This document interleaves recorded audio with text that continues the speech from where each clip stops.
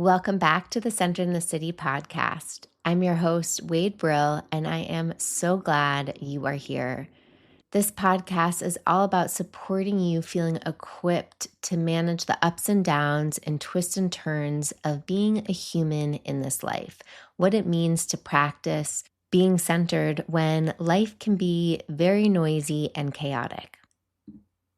Today on the pod, I welcome Bonnie Brindle with us, also known as the Anxiety Avenger. Bonnie is a psychotherapist, an author, a licensed educator, and transformational coach and international speaker. Bonnie incorporates alternative modalities with talk therapy and evidence-based energy practices that she's used on her own path, as well as with her clients struggling with anxiety to find personal peace. You can learn more about Bonnie in the show notes and get linked to her books and her website and all of her resources. In our conversation today, we talk about anxiety. We get up close and personal with it, and we specifically talk about how can we meet ourselves when we're having panic attacks or anxiety flare-ups, and what are some practical strategies that we can do in the moment to support ourselves. So wherever you enjoy listening to this episode, whether it's on a walk, driving in the car, or making lunch, I hope you settle in and let's get centered.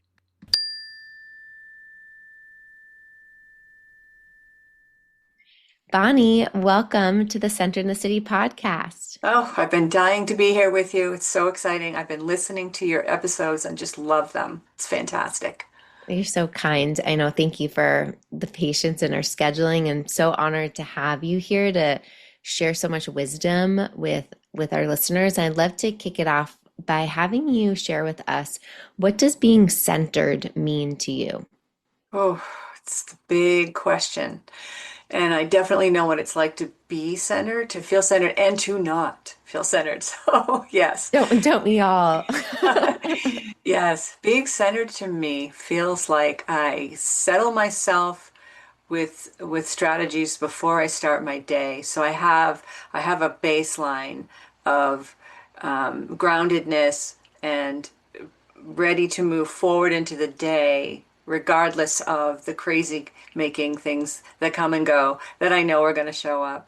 And I'm able to continue my grounded path, even though things get rocky here and there on the sides, and not really get pulled off of my center. And I know I'm centered when my relationships feel good, when I'm communicating with other people calmly and directly and listening really carefully to what they have to say and not taking things personally that don't belong to me. Those are really important pieces of being centered. And with my daily connection to nature, whether it is in person or in my imagery, that's always a really important place for me to be centered and grounded, is getting back to nature, which we all came from. Yeah. I appreciate you highlighting how you notice that being centered ripples into your life from a tangible perspective. So noticing how you respond to your relationships or how you communicate, so you can see the effect of what being centered is like, that it's not just an embodied felt sense, but it's like my relationships are smoother. I'm communicating clearly and calmly, which I think is so important, because sometimes I think we can be centered and we don't actually take a moment to step back and recognize, wow, this actually is like a pleasant way to live life, because most of us can be in the total opposite spectrum where we're like, this doesn't feel good when I'm off centered. I'm still off centered. How do I, deal with all of this overwhelm? You mentioned you know what it's like to be off centered, and what's that journey? Because I know you have a story of how you've connected to the work of being an anxiety avenger.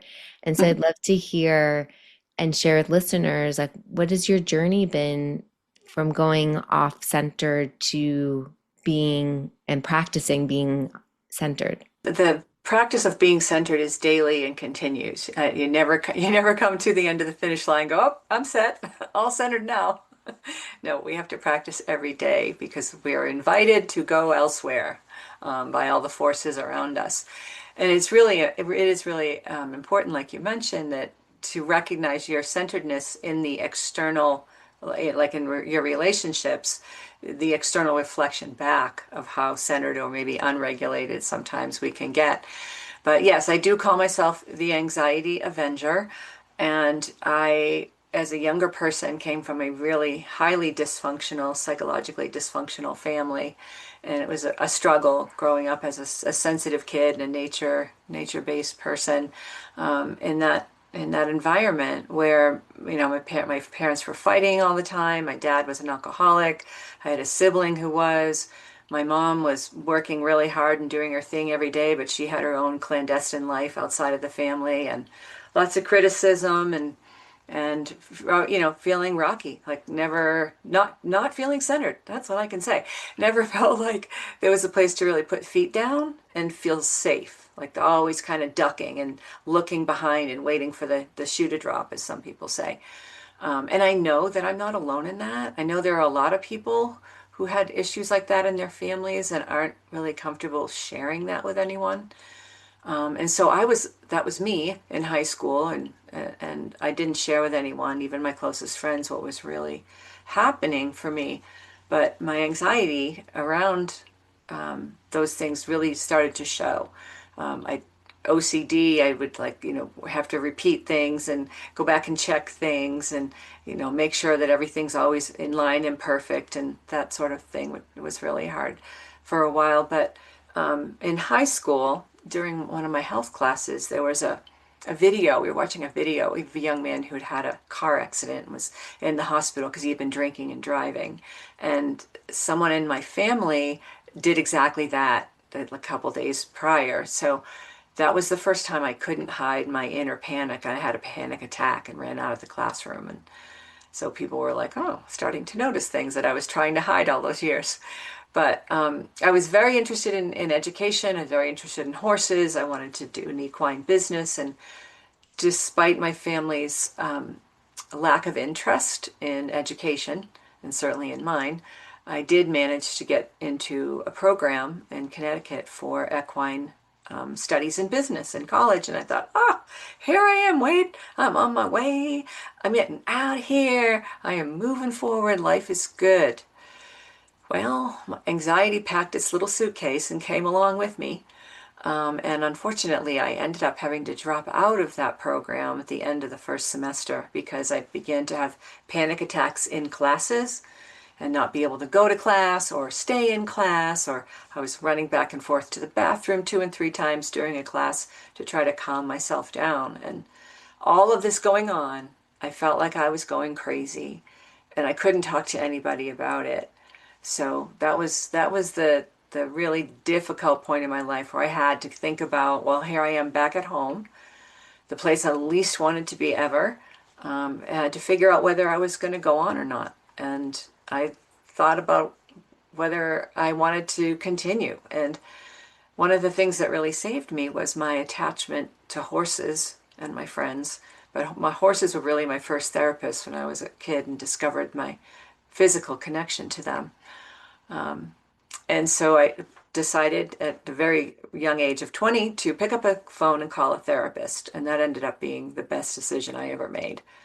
And so from there, I've all kinds of therapies, meditation and imagery work and physical work. I discovered I had celiac, so my digestive system was all upset and crazy, and we got that figured out. To a point where now, today, like I said, there are things that I do every day to register my own calmness, to register my own groundedness, and teach other people to do the same thing and to be able to tell their stories, to speak about it. No hide. Yeah. Yeah. Yeah.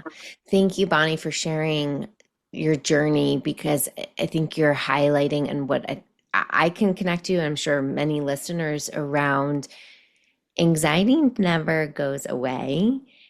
And yet we can learn to be in relationship with it in a more empowering way and in a way where we can befriend it so it's not taking over our lives And so I hear you, and not only your practices that you do daily that support you being in relationship to anxiety in a more empowering way, but I also hear your commitment to not hiding from it. And I think that's a huge piece of it, because I think a lot of us, when we feel anxious, can have so much shame around it showing up, and that we Yes. can't have a better handle on it, and that we can't just shut it down while we're in a class or while we're in a meeting or while we're on a date, and that it can start to take over. So I'm curious if we can slow down that experience for you and how you've worked with it yourself or how you work with your clients. When somebody is having a panic attack, what are some of the things that they can do to support themselves in the moment? Glad you asked that question. And I want to just harken back to how you were at first describing that. You're at work, you're out on a date, whatever, and you feel it coming for you. Anxiety is just blocked energy. It's as simple and complicated as that. It's just blocked energy. And so, like from my earlier days living in the family that I did, with all of the frustration and rage and fear and all the difficulties that, and I hid them, like you say, I'm not hiding it anymore. My book tells my story of how I figured out that I had anxiety and what I did about it, and a path for others to take. But I'm not hiding any of it. I told things in my stories that people were like, "Whoa, I could never say that." I'm like, "Why? You lived it too." Right? We've all been through it. So when having a panic attack, so I would go like to the bank, for instance, be in line at the bank, and there'd be people in front of me, people behind me. I'm like, I'm kind of trapped. If I go running out of here, everyone's going to notice it. I'm going to be the center of attention, which is something anxious people don't like to be. And then I would end up having to race out the door because I couldn't stay there and could feel my face getting red and my heart racing and all the things. So then you start not going to think, I'm not going to that bank again. I can't go to that grocery store. Forget it, going to the movies. It ain't happening. Flying on a plane, nope. Can't visit my friends, etc. But one of the things, I got this feedback from a client recently, the understanding that a panic attack is just like a part of a roller coaster. You're going up, you're getting nervous, your heart races, your face is getting red, up, up, up, up, up, up, up, up. You get to the point where you have kind of an explosion, right? And you can feel like you're going to die, you can feel like you're going to throw up, you can feel like, all kinds of horrible things. But you always come down the other side.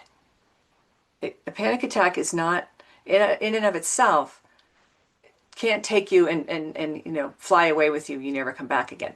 It's a roller coaster, up, explosion, and you will come back down. So even if you start to have panic and you aren't able to breathe through it to bring it down, knowing that it's going to end. It might get really ugly for a minute, but it's going to end. It's really important. And as far as prevention, one of the things that really helps is breath work called box breathing that Navy SEALs do as part of their training when they're under duress. Is just anyone has to remember is the number four. You breathe in through your nose, only through the nose. You breathe in through your nose 4 times. You four, count to four. Hold that breath for four. Breathe out for four. Hold that breath for four. If you repeat at least 4 cycles of that, it's incredibly calming. And the reason why, I mean, you've been told, take a deep breath, you'll be fine. Okay. If you take a deep breath and you hold it on the top and the bottom, when you're holding it, your CO2 levels are raised, and that lowers your heart rate. It lowers your heart rate. So immediately that'll bring a panic attack that's rising. It'll interrupt that upshoot. If you can just breathe those four in, hold, out, hold, in, hold, out, hold. And then also, if there happens to be somebody, and this wasn't true for me, but for some people it is, if there's somebody in that environment that you can tell, I'm feeling a little bit nervous and I might get to a point where I need to leave or temporarily leave and go to the bathroom or whatever. It's just because I get a little bit panicky. If someone else knows that, there's something about letting that out of yourself and giving it to someone else to hold that takes some of that pressure off. So if there's someone you can trust in an environment to tell that, really important. But very important to change your breathing pattern because right away when you're anxious, your diaphragm will get tight and you will stop breathing, almost stop breathing so it gets really shallow, and that just sends the spiral straight up. Yeah. Yeah. Yeah. To slow down everything that you just said, which is so great. I love box breathing as a tool to use, and it's something that you can do. Nobody else needs to know. Yes, that's the best part. And then also that invitation to let somebody know, let a coworker know, call a friend, um, tell a partner, whatever it Mhm. is part of that human co-regulation connection that is definitely part of our human systems that help us come back to that more grounded state since we are social beings. And I think a lot of the time, to what we were just talking about, we want to hide when we're having panic attacks, but it Mhm. actually can be very grounding when we reach out for connection. And I know sometimes people can get panic attacks. I've gotten panic attacks when not feeling safe in my environment and Mhm. not feeling like I have somebody to turn to. So calling a friend or calling my husband, or that has allowed me to feel a sense of connection even in a space that I might not have had connection, Right. somebody to connect with. Absolutely. I know that for some that when they're having a panic attack, that noticing like, oh, my vision's getting a little blurry, or like, oh, my heart rate is shifting, or when they start to actually pay attention to what's happening in the body, that escalates the intensity for Mhm. them. Mhm. So I'm curious if breath isn't something that they want to connect to.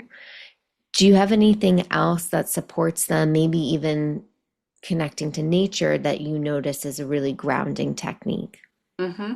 Yeah, so if you're in, say you're in this situation at the bank, um, noticing the physical environment around you, looking at chairs in the room. How many chairs are there? I'm going to count them.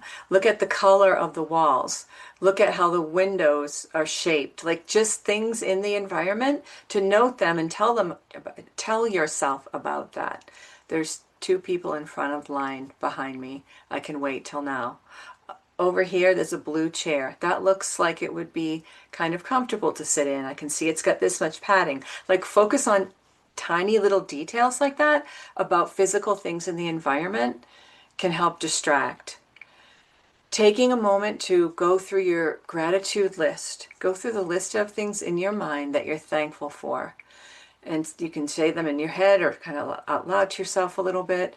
I'm really grateful that my family is going to be home when I get there tonight. I'm really grateful that I have food in the refrigerator to eat. I'm really grateful my dog is going to greet me at the door with a wagging tail every day.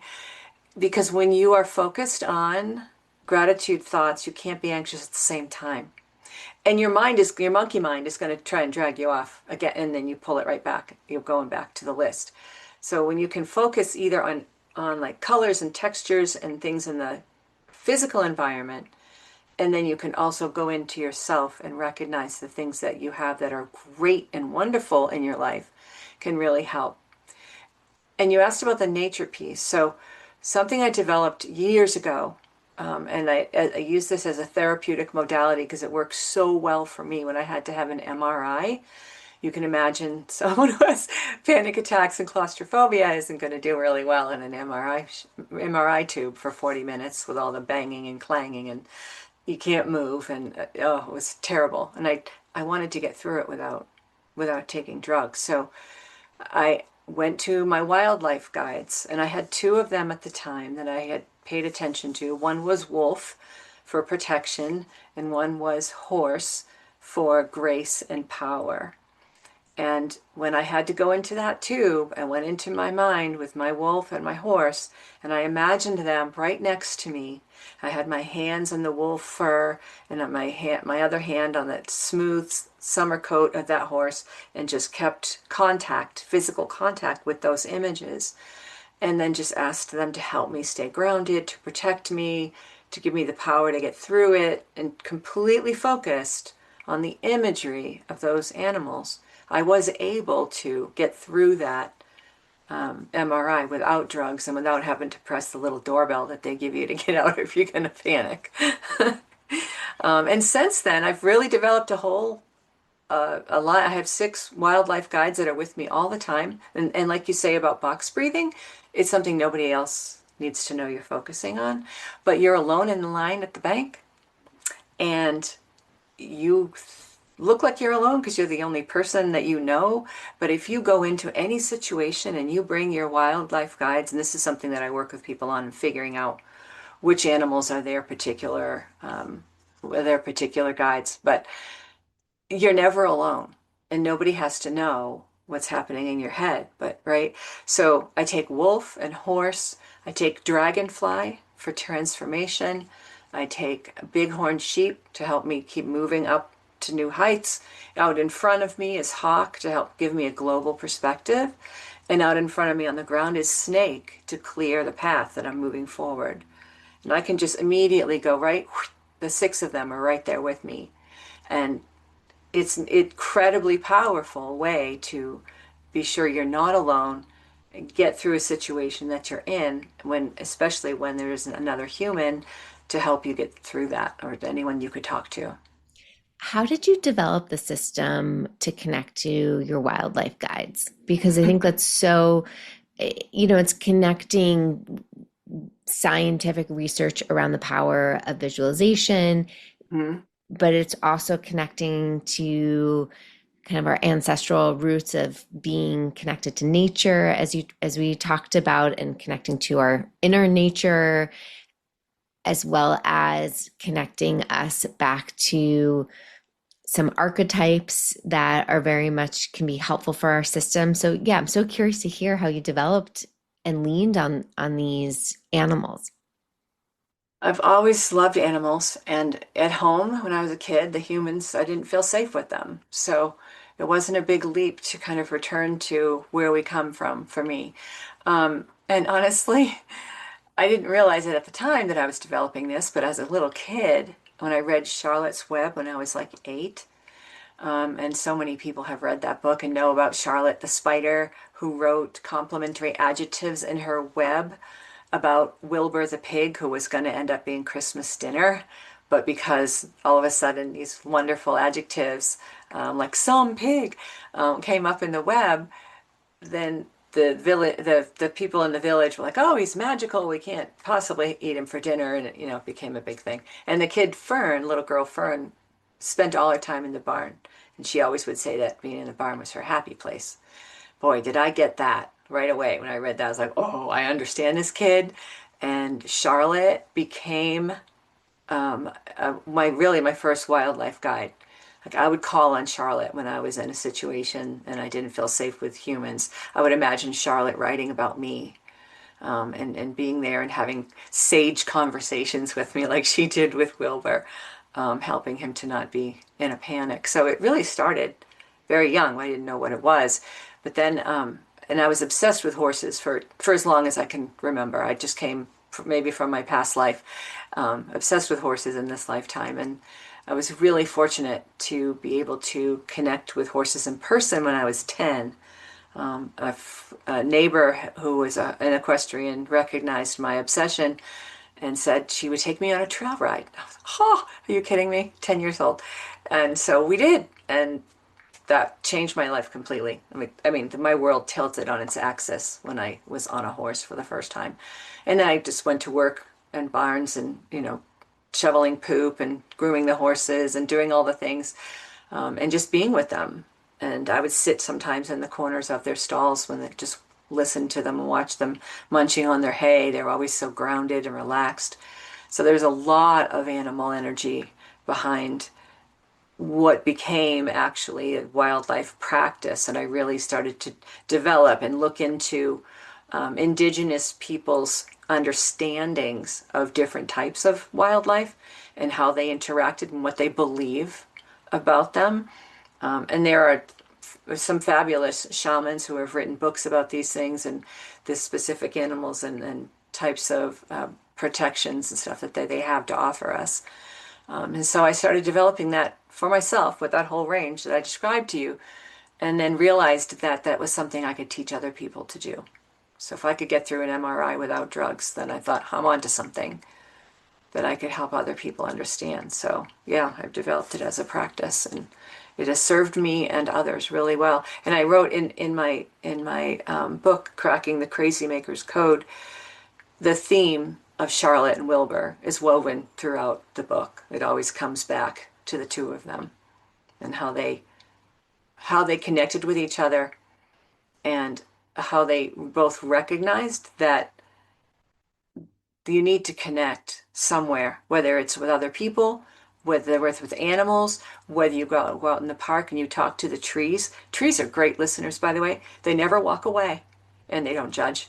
So to this day, I go to the park down the end of my street and walk along. I'm like, guys, this is on my mind today. Would anybody listen to this, please? And I'll just be talking to trees. It works. Like if you can get it out of yourself somewhere, that's going to be your first calming force, is to just get it out of yourself. Don't hold it in like this. How do you get people who are maybe listening and skeptical Hmm. to go talk to some trees that there is power in it? Because I think one of the things, whether you live in the city or you're out in the middle of the woods or wherever you are, there is still nature around us. Like I have growing up in New York City, Central Park is such a magical place. Even walking on the street and there's trees, even if it's covered by cement, there's still beauty and nature around. And so I'm curious, somebody listening, how would you kind of guide them in that connection that they can be held by nature? I'm so glad that you have had the experience of living in New York City and knowing that even as a New Yorker, nature is still all around you. The birds over your head, the grass under your feet, the sky, everything, and of course Central Park. It's gorgeous. But yeah, people are skeptical, and that hurts my heart a little bit because I think that in the healthcare system that we have, when people are anxious and stressed, they go to a doctor and they're often given a medication, and that helps the symptom. It doesn't touch the problem, but it does help the symptom, right? And some people will end up staying on these medications for their life because that's the only way to be able to get through the day without feeling that they're going to come apart. And for a year and a half, in the past, years ago, for a year and a half, I took Lexapro when I was really struggling, and it helped. But the only problem with medications is they help the symptoms, but I mean, if you're in the US and you watch television, you hear it every day, all day, the list of possible complications that can arise from taking these medications. So they do the one thing they're supposed to do, and they do six other things you don't necessarily want them to do. So I knew I didn't want to stay on the medication that I had started. I knew I was going to use it temporarily, and I had to figure other ways out, and that's been my whole life's path, is figuring those things out. But in Frontiers of Psychology, I found an article. I think it might have been in the APA originally. In Frontiers of Psychology, I found an article some years ago called The Nature Pill. Primary physicians will prescribe, literal prescription, 20 to 30 minutes in nature every day for people who are anxious. It's a real thing. It's an evidence-based thing. It's not made up. Because that's where we came from, Wade. We didn't have computers. We didn't have phones. We didn't have cars to drive. We didn't have all these screens to look at all the time. And, all this coming at us through the screens all day long. We didn't have it. We weren't designed to live like this. And so we've sort of engineered ourselves to be able to live like this. But look around you. how well are we doing at it? The number of people who are taking antidepressant and medications in this country is staggering. And a lot of people are making a lot of money on this proposition.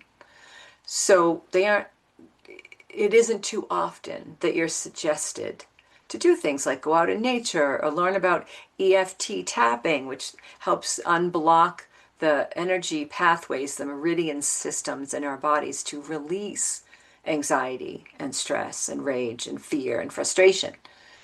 And these are, like in Japanese and Chinese cultures, medical practice of thousands of years. We've only been here 250. We're like teenagers. Thousands of years of medical practice of learning how to move energy through the body and release it when it's energy that you don't want. And instead, we're much more focused on here, take this pill. And, the manufacturers, the middlemen, and sometimes the providers make a ton of money on that. Mm. And we're making ourselves sicker instead of better.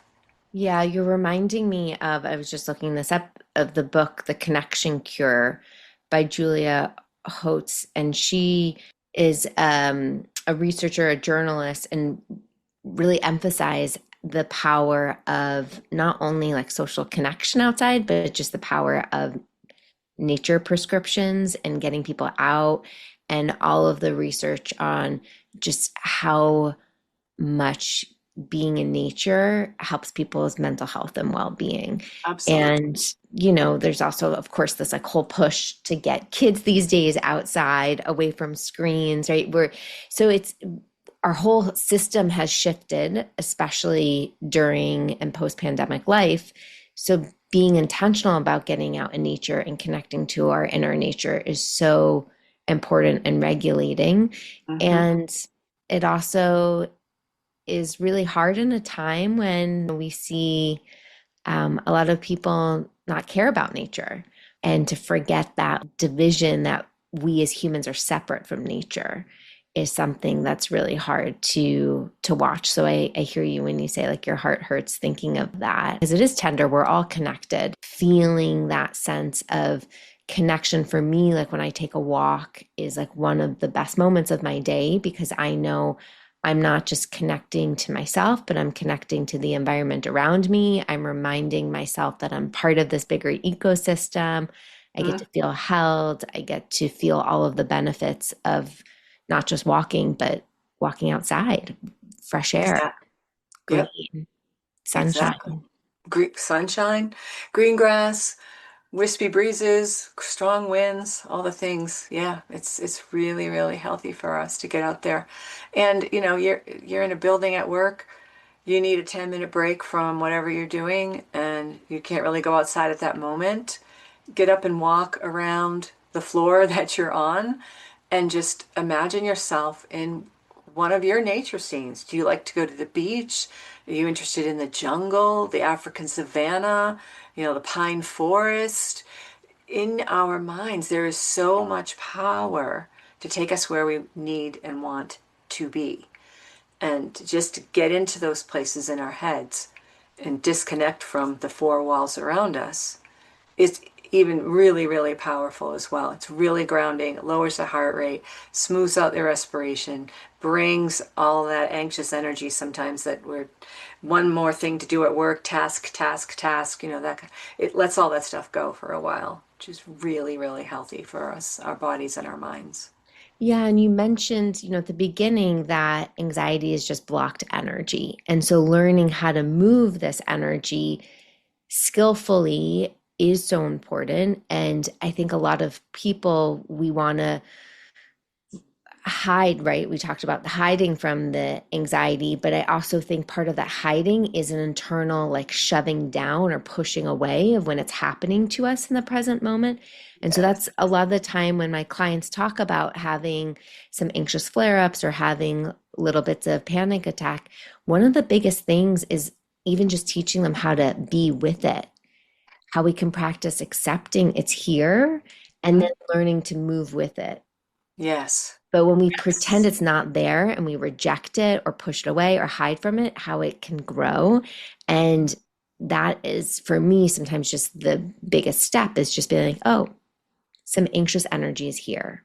Mm, And yeah, whether we decide to dance with it or walk with it or breathe with it or tap with it or take mm, it to our nature guides, like learning how to just name that it's here, I think is such a helpful thing. And hopefully, people listening recognize they're not alone in having anxiety or having panic attacks. And so can also even just feel held that, oh, yeah, this is so human to have this experience. it is so human. Wait, that is true. And yeah, take that moment of, oh, I feel this rising up right now. I'm having this feeling.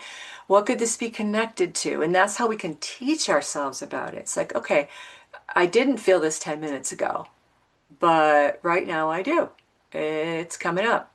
Oh, that's right. I have a meeting with so and so in this office in 10 minutes from now.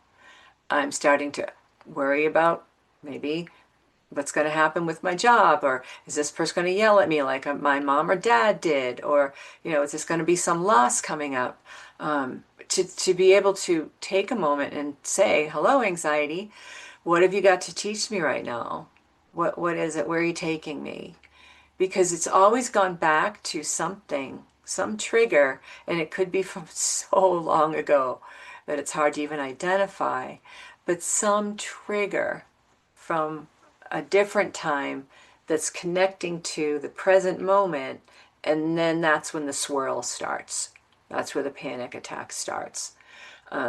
And to be able to, yeah, to recognize it and to take a moment to be with it helps us to figure out, oh yeah, I see how that's connected to when this happened before, and I don't need to go back there right now.